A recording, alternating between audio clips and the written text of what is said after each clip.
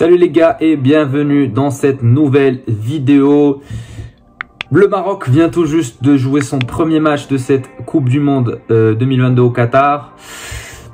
On n'a pas envie d'être content et heureux de ce score-là, mais en même temps, on peut dire que c'est un bon score. On a quand même réussi à gagner un point. On a fait mieux que notre début en liste dans cette compétition en 2018 où on avait perdu face à l'Iran. Donc c'est bien, c'est quand même bien, mais en même temps, comme on a vu, et là le match de la Belgique contre le Canada vient tout juste de se terminer. La Belgique vient tout juste de battre le Canada, donc on est dans l'obligation de performer face à la Belgique et de faire mieux qu'un match nul pour relancer ce groupe-là et donner plus de suspense et donner plus de chance à notre équipe et à notre nation de passer au deuxième tour, pourquoi pas, parce que moi je vote personnellement que tout est possible dans ce groupe-là. Pour ceux qui ont vu le match du Canada face à la Belgique, moi j'ai toujours dit que le Canada c'est une équipe redoutable. Malheureusement, je pense que tout à l'heure, là, c'est plutôt l'expérience des Belges qui a fait la différence. Courtois qui a arrêté un penalty et les Canadiens qui en ont raté des mille des occasions. Et finalement, c'est la Belgique qui gagne. C'est peut-être injuste pour eux, mais ça prouve quand même que le Canada est une équipe très redoutable, très féroce, très jeune, très rapide, et ils sont capables de battre et le Maroc, et la Belgique, et la Croatie. Malheureusement, ils n'ont pas réussi avec la Belgique. Donc c'est pour cette raison-là que le Maroc doit viser le tout pour le tout. Quand on voit également ce qu'a fait l'Espagne 7-0 face au Costa Rica, et sachant que le deuxième de ce groupe-là va jouer contre le premier du groupe de l'Espagne, je vais vous dire que moi, j'ai pas envie de jouer contre l'Espagne si on passe deuxième.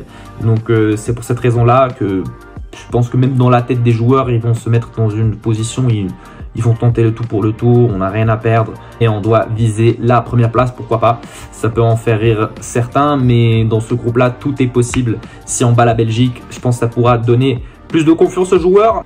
Là, on est surtout là pour faire un débrief de ce match de la Croatie-Maroc qui vient un peu tardivement puisque je n'avais pas le temps de le faire ce matin. Pour ceux qui ont des cours, force à vous. C'est très intéressant ce qui s'est passé aujourd'hui. Il y a quelques points positifs comme il y a quelques points négatifs qui m'ont pas plu et qui ont effectivement pas plu à pas mal de supporters marocains. On va commencer par les points positifs. Déjà, un public envahissant lors des hymnes nationaux. On n'entendait que l'hymne national marocain et l'hymne national de la Croatie. On n'entendait pas du tout et limite il se faisait siffler par les supporters marocains.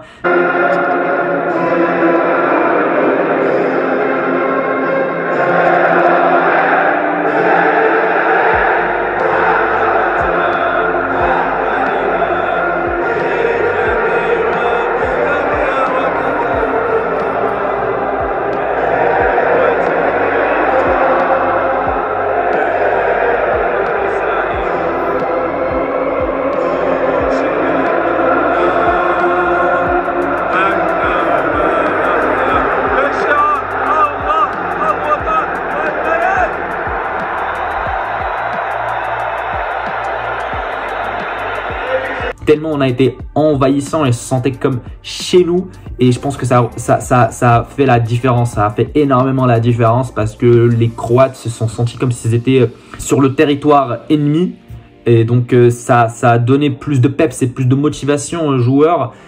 Et franchement, qui ne pourrait pas avoir des frissons quand il entend son hymne national et surtout scandé et chanté par des milliers de supporters qui étaient présents dans ce stade-là. Je pense que c'était le stade d'Al Bayt. Et ça, c'est un point vraiment positif que j'ai kiffé, que j'ai adoré. Donc bravo messieurs, bravo aux supporters marocains, peu importe où vous êtes en ce moment, et bravo à ceux qui ont été présents dans le stade également. Mais maintenant, pour parler football, déjà, avant toute chose, je ne vois pas pourquoi Modric a gagné le trophée d'homme du match. Moi, personnellement, j'ai vu un joueur qui taclait à tort et à travers, qui était essoufflé, qui essayait de courir partout pour récupérer le ballon, mais qui, des fois, il n'y arrivait pas, donc il était forcément obligé de tacler, et qui s'en est sorti vraiment sain et sauf, puisque beaucoup de gens disaient que Modric aurait pu mériter carrément un carton rouge, puisqu'il taclait beaucoup, il était très agressif lors de ce match-là, et il a failli vraiment blesser gravement beaucoup de nos joueurs. Mais moi, personnellement, j'aurais donné ce trophée d'homme du match à Yassine Bounou, qui a fait beaucoup d'arrêts très décisifs et qui nous a vraiment en quelque sorte aidé à gagner ce point-là. Donc visiblement, il ne l'a pas eu. C'est la grosse interrogation. On l'a donné à Modric puisque c'est un ex-Ballon d'Or et c'est une star du Real. Donc je ne sais pas. Mais en tout cas, beaucoup de gens, et peut-être même pas des Marocains, ne voyaient pas, surtout pas Modric, avoir ce trophée d'homme du match. Un trophée d'homme du match qu'aurait pu avoir aussi Soufiane Amrabat. C'était vraiment aujourd'hui lui, le patron du milieu de terrain, lui qui a contrôlé à lui tout seul tout le milieu croate. Et chapeau pour ce monsieur-là qui, à la différence de Modric, ne commettait pas beaucoup de fautes et était dans l'agressivité, était dans les duels 1 contre 1, était dans les interceptions solides, mais c'était que du clean. Il n'y avait pas d'agression, il n'y avait pas d'anti-jeu. Donc vraiment, Soufiane Amrabat aujourd'hui, il a montré pourquoi il s'appelle Amrabat, pour ceux qui se rappellent de toutes les prestations de guerrier de son frère aîné Nordin. Franchement, Soufiane, il gagne de mon estime de plus en plus et de respect. C'est un joueur qu'on doit vraiment être fier d'avoir dans cette équipe nationale. Et puis aussi, on a été vraiment, je trouve, solide défensivement. La paire Saïs et Ageld, ça a été du solide. Ils n'ont pas laissé les Croates pénétrer la surface de réparation et provoquer plus de danger contre les buts de Bounou. Les latéraux aussi pareil. En parlant de latéraux, Mazraoui malheureusement s'est blessé suite à un ballon qu'il a frappé avec la tête où il est mal tombé. Donc je pense qu'il s'est blessé.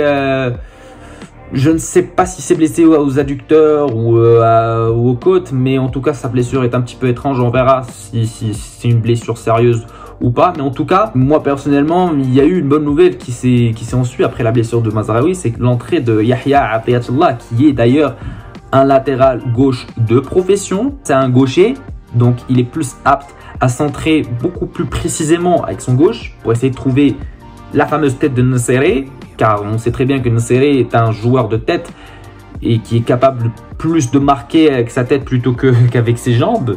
C'est un peu fou de dire ça, mais on connaît ses aptitudes et sa capacité de marquer avec la tête. Mais Atiyatullah, il nous a vraiment fait kiffer et c'est autant plus gratifiant de dire que c'est un joueur de la Botola, c'est un joueur du Wydad. Donc c'est vraiment une fierté de dire qu'un joueur comme ça puisse performer de cette manière face à la Croatie, vice-champion du monde en 2018.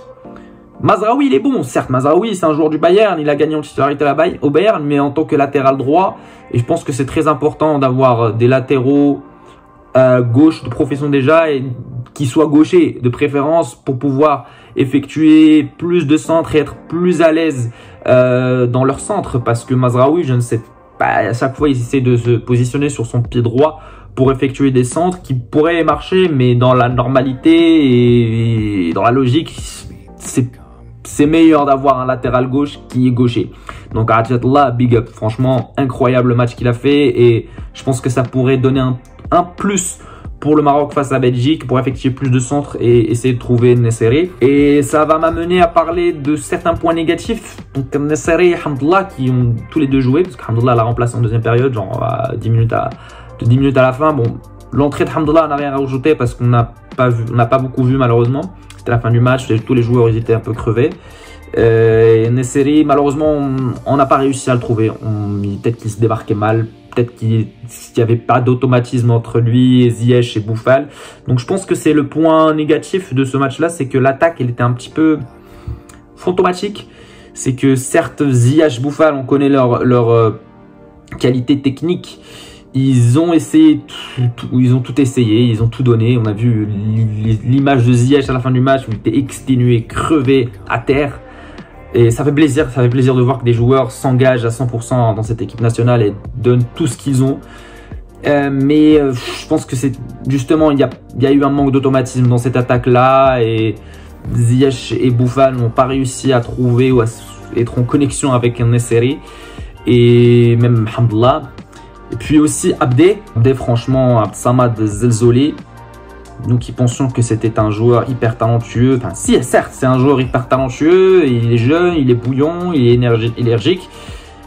Mais le gars aujourd'hui, je pense que le match était plus grand que lui.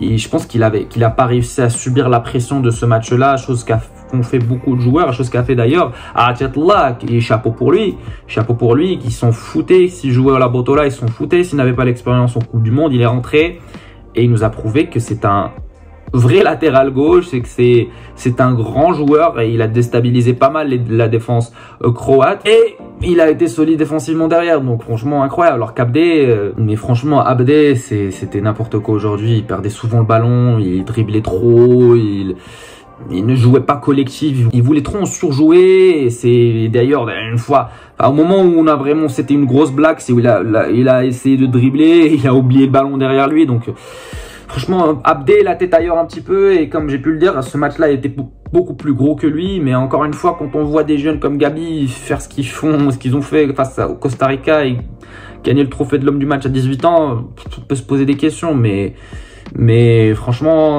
peut-être que le seul point négatif de la tactique de Regragui, qui d'ailleurs a été exceptionnelle, donc ce qui m'a amené à parler de Regragui aussi, ce coach-là qui a réussi à neutraliser les vice-champions du monde, et je peux vous dire que les Croates ils sont dégoûtés, mais dégoûtés de pas avoir réussi à marquer contre nous, parce que eux dans leur tête ils voulaient gagner ce match-là et nous on les a stoppés net. Et ça, tout ça grâce au schéma tactique qu'a instauré Regragui, qui portait surtout sur un monopole du milieu de terrain et d'essayer de neutraliser cette équipe pour les empêcher de marquer. Donc vraiment, chapeau Walid Regragui. Première Coupe du Monde pour lui en tant que coach. Très peu de matchs d'expérience en tant que coach avec le Maroc. Très peu de matchs de préparation surtout. Et on a réussi quand même à avoir ce point-là face à la Croatie. Et vraiment, bravo. Mais voilà, le seul point négatif peut-être des changements de Regragui, c'est qu'il n'aurait peut-être pas dû faire changer Bouffal. Je sais pas, il aurait pu peut-être faire jouer un autre attaquant, je sais pas, Bourlal ou autre. Mais Abdé, certes, il a eu raison de faire jouer Abdé parce qu'il a été performant lors des matchs amicaux. On a vu ses qualités, ce qu'il est capable de faire, que ce soit face au Chili, face au Paraguay, face à la Géorgie récemment. Mais aujourd'hui, je pense, comme j'ai pu le dire et je le redire, Abdé, ce match-là était beaucoup plus grand que lui. Il n'a pas réussi à subir cette pression-là. Il était un petit peu perché lors de ce match-là. Donc, Regragui n'a pas eu le flair sur ce coup-là. En tout cas, c'est tout les gars pour cette vidéo. Une vidéo un petit peu courte. On espère en tout cas que face à la Belgique, on va réussir à mieux performer, parce que moi honnêtement, je pense que ce match d'aujourd'hui était le match le plus compliqué à jouer. On connaît les Croates, comme ils sont solides défensivement, on connaît leur agressivité et leur aptitude à monopoliser un match et de contrôler un match dans sa physionomie de manière générale. Donc on espère en tout cas que face à la Belgique, on connaît la Belgique, que c'est une équipe qui a un jeu beaucoup plus ouvert. On espère que face à eux, il y aura des buts déjà. J'espère qu'il y aura du spectacle et j'espère qu'on va gagner.